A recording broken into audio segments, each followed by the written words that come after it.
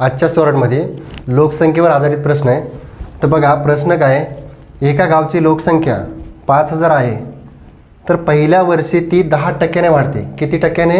पहिल्या वर्षी 10% वाढते आणि दुसऱ्या वर्षी परत ती 10% कमी होते. तर 2 वर्षानंतर ती लोकसंख्या किती होईल हा प्रश्न आहे. तर प्रश्न वाचल्यानंतर तर पहिल्यांदा जर ज्याला माहिती नाही सरळ ट्रिक जर माहिती नसेल तो काय करेल, पहिल्यांदा 10% वाढवल, परत पुन्हा 10% मायनस करेल.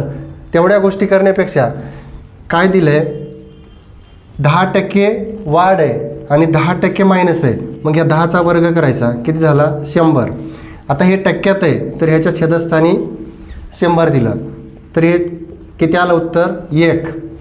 आता असं गणित असलं, टक्के वाढलेले आणि मायनस झालेले सेम असेल त्याचा वर्ग करायचा आणि हे कधीही तोटाच असतो. हा तोटा म्हणजे कमीच होते.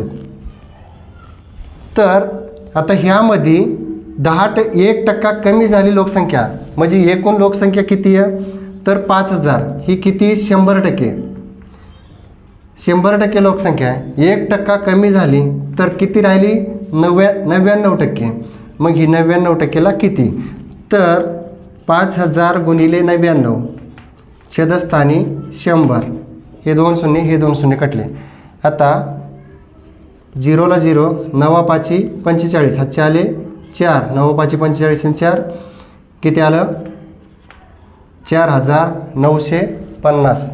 ही काय होईल? 2 वर्षानंतरची लोकसंख्या असेल. असेच नवनवीन व्हिडिओ पाहण्यासाठी आपल्या यूट्यूब चॅनलला सबस्क्राईब करा, शेअर करा. धन्यवाद.